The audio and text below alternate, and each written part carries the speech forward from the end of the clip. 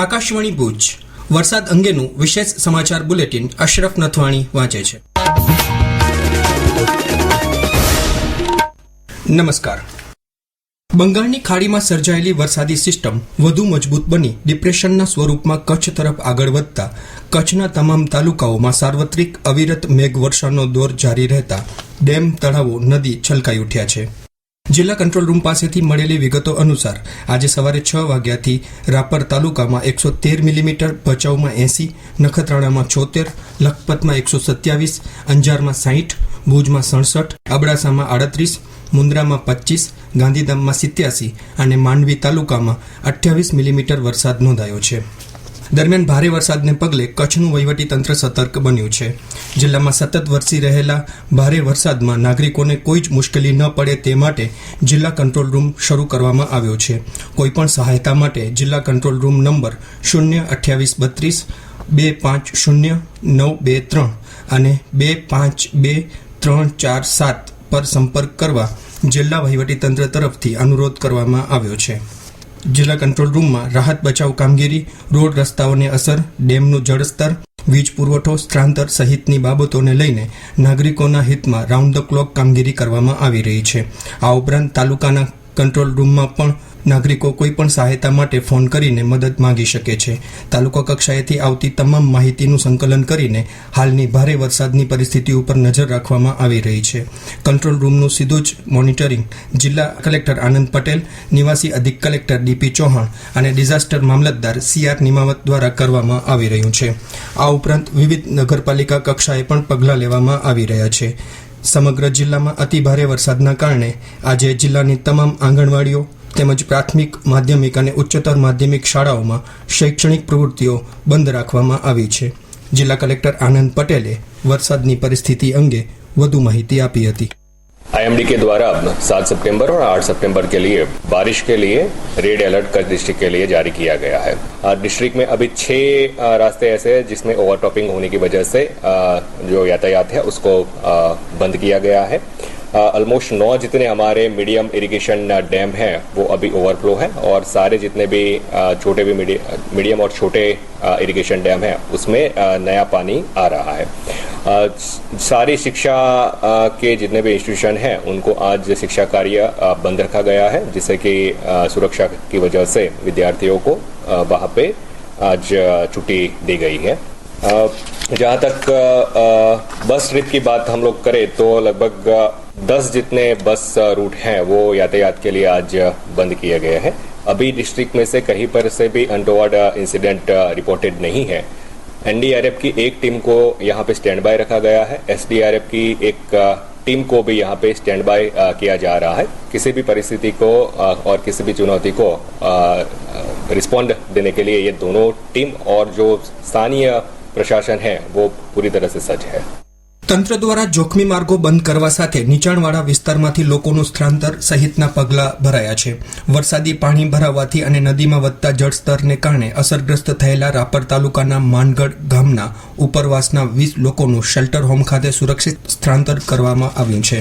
Shelter home ખાતે ગ્રામ પંચાયત દ્વારા આરોગ્ય સેવાઓ સાથે ગરમ ભોજનની પણ વ્યવસ્થા કરવામાં આવી છે. જિલ્લામાં ભારે વરસાદના લીધે વિવિધ તાલુકાની GSRTCની બસોના 10 રૂટ અને 18 ટ્રીપ બંધ કરવામાં આવી છે. જેમાં ધોરડો હાજીપીર, રતડિયા ભોચાઈ, રાપર રામવાવ, રામવાવ લોધીડા, રાપર બાલાસર વ્રજવાણી, રાપર ધોળાવીરા, રાપર ઘેડી ફતેહગઢ, આધોઈ લખપત, મેવાસા માણાબા તથા રાપર નલિયા ટીંબો સહિતના રૂટ બસની ટ્રીપ બંધ કરવામાં આવી છે. ભારે વરસાદની પરિસ્થિતિમાં જિલ્લા વહીવટીતંત્ર દ્વારા મુસાફરી ટાળવા તથા સાવચેતી રાખવા અનુરોધ કરવામાં આવ્યો છે. દરિયામાં મોજા ઉછળવાની શક્યતાને કારણે માછીમારોને આગામી 10 સપ્ટેમ્બર સુધી દરિયો ન ખેડવા ચેતવણી આપવામાં આવી છે. તકેદારીના ભાગરૂપે તમામ બંદરો પર 3 નંબરનું ચેતવણી સૂચક સિગ્નલ લગાવાયું છે. જિલ્લા વહીવટીતંત્રની યાદી અનુસાર ભારે વરસાદના લીધે 6 જેટલા રસ્તાઓ પ્રભાવિત થતા વાહન વ્યવહાર બંધ કરાયો છે. જેમાં રાપર તાલુકામાં Trambo Jesda Ravechi road, Bhachau Ramvav Rapar road, Suvai Gavaripar road, Bhachau તાલુકામાં વામકા લખાવટ કરમરિયા રોડ, ગાંધીધામ તાલુકામાં સતાપર અજાપર મોડવદર મીઠી રોહલ રોડ અને ભુજ તાલુકામાં આવેલ તુગા જૂણા રોડને બંધ કરાતા આ રસ્તાઓ ઉપર અવરજવર ન કરવા જાહેર જનતાને જિલ્લા વહીવટીતંત્ર દ્વારા અનુરોધ કરાયો છે. ભારે વરસાદના લીધે રાપર તાલુકામાં national highway number 927C Chitrod Rapar Balasar વાહન વ્યવહાર માટે બંધ કરવામાં આવ્યો છે. વાહન ચાલકો વૈકલ્પિક રૂટ તરીકે રાપર, કલ્યાણપર, સેલારી, ફતેહગઢ, મોવાણા, બાલાસર રોડનો ઉપયોગ કરી શકશે. નખત્રાણા તાલુકાના મોટા યક્ષ ખાતે ગઈકાલે શરૂ થયેલો ભાતીગઢ મિની તરણેતર સમાન મોટા યક્ષનો મેળો આજે અને આવતીકાલ માટે બંધ રાખવાનું મોટા યક્ષ મેળા આયોજન સમિતિ દ્વારા નક્કી કરવામાં આવ્યું છે. કચ્છમાં 2 દિવસથી ભારે વરસાદના પગલે વીજ પોલ તથા ફેડરોને નુકસાન થતાં વીજ પુરવઠાને પણ અસર થઈ છે. જોકે ચાલુ વરસાદે PGVCL દ્વારા યુદ્ધના ધોરણે મરમ્મતની કામગીરી કરવામાં આવી છે. વરસાદમાં વીજ શોક કે અન્ય અકસ્માત ન ઘટે તે માટે નાગરિકોને સાવચેત રહેવા અનુરોધ કરાયો છે. ભારે વરસાદના કારણે પૂર્વ કચ્છમાં 56 વીજ પોલને નુકસાન થયું છે, જ્યારે 134 ફીડરોને અસર થતાં તાત્કાલિક ધોરણે હાથ ધરાયેલી મરમ્મત કામગીરી હેઠળ 27 રિપેર કરાઈ ચૂક્યા છે, જ્યારે 107ની કામગીરી ચાલુ છે. જ્યારે પશ્ચિમ કચ્છમાં 117 અસરગ્રસ્ત ફીડરમાંથી 63 રિપેર કરાયા છે, જ્યારે 54 ફીડરની મરમ્મત યુદ્ધના ધોરણે ચાલુ છે. વરસાદના કારણે પૂર્વ કચ્છમાં 18 ગામ તથા પશ્ચિમ કચ્છના 20 ગામના વીજ પુરવઠાને અસર પહોંચી છે. જિલ્લામાં કોઈપણ પરિસ્થિતિને પહોંચી વળવા માટે જિલ્લા વહીવટીતંત્ર સજ્જ છે. ભુજ ખાતે NDRFની ટીમ તથા રાપર ખાતે SDRFની ટીમ સ્ટેન્ડ બાય રાખવામાં આવી છે. જળાશયોની સ્થિતિ જોઈએ તો જિલ્લામાં આવેલ મધ્યમ સિંચાઈ યોજના હેઠળના કુલ 9 ડેમ સંપૂર્ણ ભરાતા નાગરિકોને સાવચેત રહેવા જિલ્લા વહીવટીતંત્રે અનુરોધ કર્યો છે. આ ડેમોના નીચાણવાળા વિસ્તારમાં આવતા ગામોના નાગરિકોને સતર્ક રહેવા જણાવાયું છે.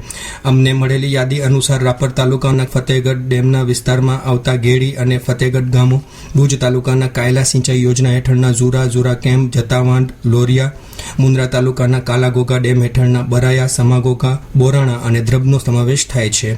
આ ઉપરાંત અબડાસા તાલુકાનો કંકાવટી ડેમ સંપૂર્ણ ભરાતા તેની હેઠળના ગામો હાજાપર, મિયાણી, નુંધાતળ, વિંસાણ, નખત્રાણા તાલુકાના નિરોણા ડેમ હેઠળ નીચાણવાળા ગામો નિરોણા, ઓરીરા, હરિપરા, અમરગઢ, લક્ષ્મીપરા, રાપર તાલુકાની સુવઈ સિંચાઈ યોજના હેઠળના ગૌરીપાર, સુવઈ, જેસડા, વણોઈ, અબડાસા તાલુકાના બેરાચિયા ડેમ હેઠળના બીટિયારી, ભાચુંડા, બેરાચિયા, રવા, માંડવી તાલુકાના ડોણ ડેમ હેઠળના રાજડા અને ડોણ ગામો તેમજ અબડાસા તાલુકાના મિટ્ટી ડેમ હેઠળ આવતા ગામો ત્રંબો, રામપર, છાસરા, વડાસરા, કોરવારી, વાંઢ ગામોના નાગરિકોને સાવચેત રહેવા જણાવવામાં આવ્યું છે. નખત્રાણા તાલુકામાં આવેલ મથલ જળાશય 90% ભરાયો છે. આ ડેમ ઓવરફ્લો થતાં પાણી છોડવામાં આવે ત્યારે નદીના પટમાં તથા કાંઠા વિસ્તારમાં કોઈએ અવરજવર ન કરવા ચેતવણી આપવામાં આવી છે. ડેમ હેઠળના ગામોની યાદી જોઈએ તો ફુલાય, મુરુ, જિંજાઈ અને ધમાઈ ગામોનો સમાવેશ થાય છે. ભારે વરસાદના લીધે ટપ્પર ડેમના 14માંથી 7 દરવાજા ખોલવામાં આવ્યા છે. સતત વરસી રહેલા ભારે વરસાદને લીધે ડેમમાં પાણીની મોટી આવક ચાલુ જ છે.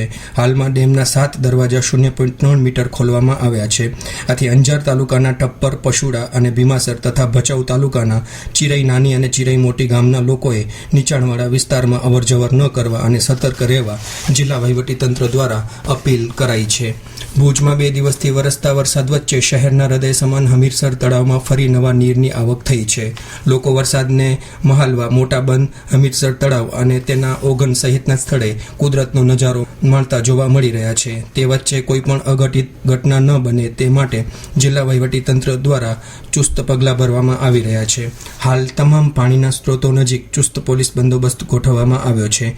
બીજી તરફ ફાયર ફાઇટર, PGVCL, NDRF સહિત વિવિધ ટીમોને પણ શહેરની સુરક્ષા માટે ખડે પગે મૂકવામાં આવી છે. પૂર્વ કચ્છના વાગડમાં 12 મેઘ ખાંગા થયા છે. અમારા પૂર્વ કચ્છના પ્રતિનિધિ રામજી મેરિયા જણાવે છે કે પૂર્વ કચ્છનો રણ વિસ્તાર સમુદ્રમાં ફેરવાયો છે. સતત વરસાદને કારણે હવે જનજીવન પર વ્યાપક અસર થઈ રહી છે. છેલ્લા 4 દિવસથી વરસાદની સિસ્ટમ કચ્છ પરથી પસાર થતા ખૂબ જ ભારે વરસાદ થવા પામ્યો છે. છેલ્લા 4 દિવસની અંદર 10 થી 12 ઇંચ જેટલો વરસાદ થવા પામ્યો છે, જેને લઈને કચ્છના, પૂર્વ કચ્છના ખાસ કરીને ડેમ તળાવો છલકાયા છે. આકાશવાણી સમાચાર માટે પૂર્વ કચ્છથી રામજી મેરિયા. વાગડમાં ભારે વરસાદના કારણે લાકડિયા નદી બે કાંઠે વહી રહી છે, તો રાપરમાં પલાસવા કેનાલનું પાણી વાડી ખેતરોમાં ઘૂસ્યું હોવાનું જાણવા મળે છે. રાપર શહેરના અનેક વિસ્તારમાં પાણી ભરાતા લોકો અને વાહન ચાલકોને હાલાકી થઈ રહી છે. બીજી બાજુ સામખિયાળી સુરજબારી હાઈવે વચ્ચે રોડ પર પાણી ફરી વળ્યા છે. પોલીસ સ્ટાફ હાઈવે પર સતત ટ્રાફિક નિયમન માટે તૈનાત છે. ભચાઉ તાલુકાના જંગી અને આસપાસના ગામોના નીચાણવાળા વિસ્તારોમાં ઘરોમાં પાણી ફરી વળ્યા હોવાના અહેવાલ પ્રાપ્ત થઈ રહ્યા છે.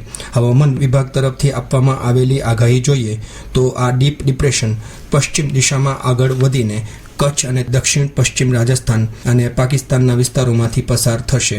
મંગળવાર પછી વરસાદનું જોર ઘટશે તેમ હવામાન વિભાગના વૈજ્ઞાનિક અભિમન્યુ ચૌહાણે જણાવ્યું છે. ઉત્તર ગુજરાતની સાથે સૌરાષ્ટ્ર કચ્છમાં આજે પણ ભારેથી અતિભારે વરસાદની શક્યતા યથાવત રહેશે, જેની અસર તળે વેગીલો પવન ફૂંકાવા સાથે ભારે વરસાદની ચેતવણી જારી કરાઈ છે. 45 થી 55 કિલોમીટર પ્રતિ કલાકની ઝડપે પવન ફૂંકાઈ શકે છે. 9 સપ્ટેમ્બર સુધી પવનની ગતિ 50 થી 60 કિલોમીટર પ્રતિ કલાકથી વધીને 70 કિલોમીટર પ્રતિ કલાક સુધી પહોંચી શકે છે. ભારે વરસાદની પરિસ્થિતિમાં જિલ્લા વહીવટીતંત્ર દ્વારા સમયાંતરે આપવામાં આવતી સૂચનાઓનું પાલન કરવા તેમજ ભયજનક નદી, નાળા અને નીચાણવાળા વિસ્તારોમાં ન જવા અનુરોધ કરાયો છે. આ સાથે વરસાદ અંગેનું આ વિશેષ સમાચાર બુલેટિન પૂરું થયું. નમસ્કાર.